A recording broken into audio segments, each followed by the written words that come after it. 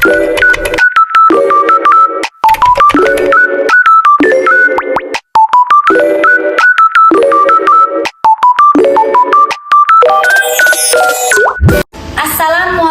warahmatullahi wabarakatuh. Halo semuanya, perkenalkan dan selamat datang di Praktikum IPA yang keberapa kalinya dari Nurul Fadilah Putri. Baiklah, di sini siapa ya namanya? Perkenalkan, nama saya Nurul Fadilah Putri dengan NIM 856801717 Prodi S1 PGSD semester 6 dengan tutor pembimbing Eka Nopianti MPD. Salut Mentari Muara Enim UT Palembang. Baiklah, di sini saya akan melakukan kegiatan praktikum IPA di SD modul 6 KP 1 tentang gelombang.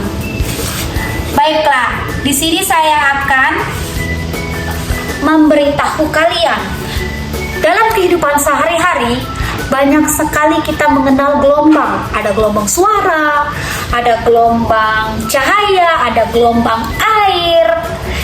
Bagaimana sih? Dan dari jenisnya, gelombang dibedakan menjadi dua. Gelombang longitudinal dan gelombang transversal. Adapun tujuannya pada praktikum IPA ini adalah dapat membedakan antara gelombang transversal dan gelombang longitudinal, dan kita akan menentukan atau menjelaskan atau mengetahui arah getaran dan arah rambatan kedua jenis gelombang tersebut. Langsung saja kita simak videonya. Di sini saya sudah mempersiapkan alat dan bahan. Yang pertama, selinki rainbow, kabel, karet gelang, benang, dan tabel pengamatan. Langsung saja kita simak videonya. Anda penasaran? Ikuti ya. Pada percobaan 1, kita akan membuktikan gelombang transversal tegak lurus. Yang pertama, letakkan selinki pada lantai yang datar.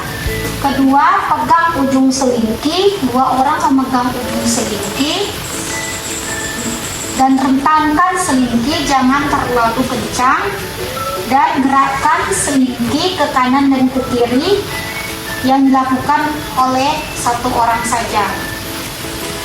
Ini kita lihat, gerakan ke kanan dan ke kiri dengan cepat.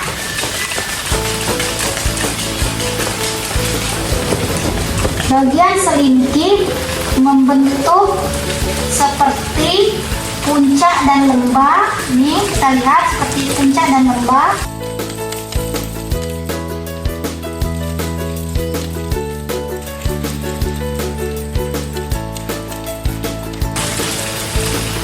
Terlihat arah rambatannya. Pertama, letakkan selinki di lantai dengan lantai yang datar. Kedua, masukkan karet gelang pada selinki sebagai titik tengah. Kita letakkan. Nih, sudah masuk karet gelangnya. 1 orang menggerakkan ujung selinki dari ke kanan dan ke kiri.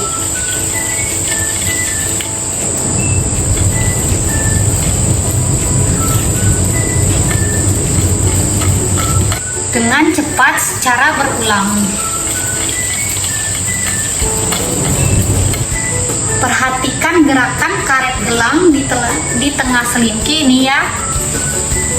Karet gelang bergerak ke kanan dan ke kiri mengikuti arah getaran, namun tidak berpindah tempat secara keseluruhan. Sementara itu, gelombang merambat dari satu ke ujungnya.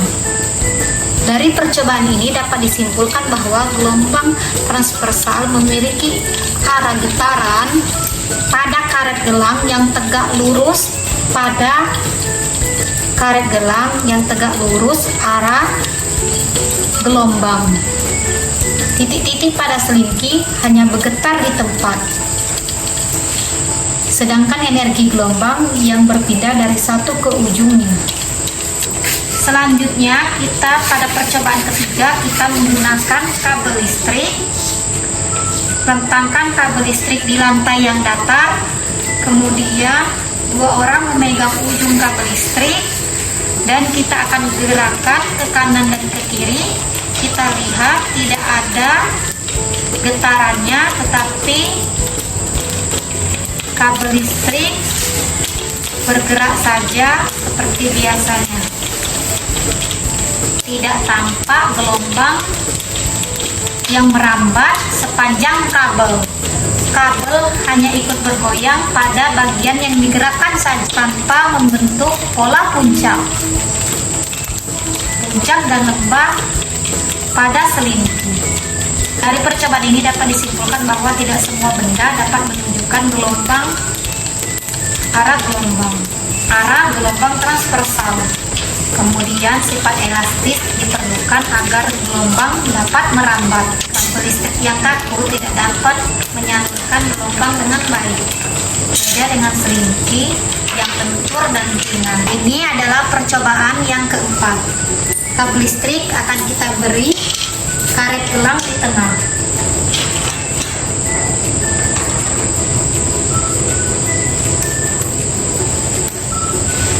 Dari percobaan keempat, kita akan meletakkan karet gelang yang ada di tengah.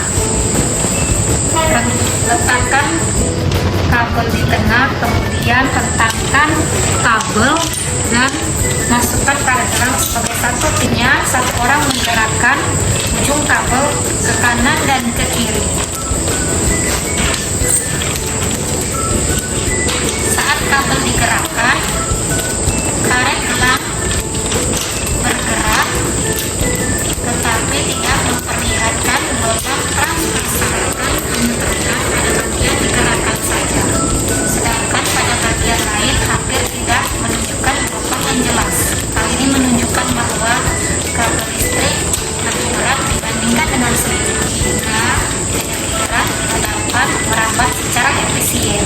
Karet gelang hanya menunjukkan gerak transversal, tetapi karet gelang hanya menunjukkan kabel rambatan, bukan gelombang transversal. Ini adalah percobaan kelima, membuktikan gelombang longitudinal. Pertama, rentangkan selingki dan dipegang pada dua orang di ujung selingki, dan yang satu menggerakkan selingki dengan maju mundur.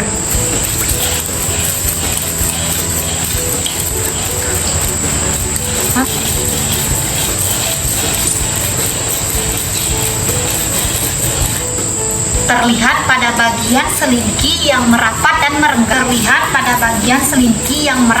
merenggang. Bagian rapatan dan renggangan tersebut merambat dari satu selingki ke ujung selingki lainnya. Perhatikan arahnya. Usikan selingki yang maju mundur searah dengan rambatannya. Artinya arah getaran sejajar dengan arah rambatan gelombang. Di percobaan ini dapat disimpulkan bahwa gelombang longitudinal bahwa arah getarannya sejajar dengan arah rambatannya. Ini terlihat pada selingki, pada pola rapatan dan renggangan pada ujung pegas. Contoh gelombang longitudinal pada kehidupan sehari-hari adalah gelombang bunyi.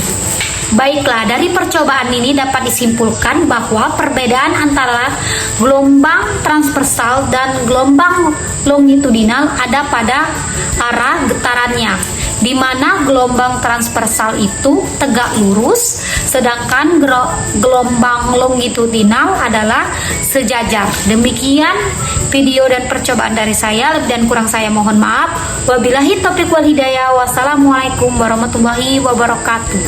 Dadah, sampai jumpa di video selanjutnya.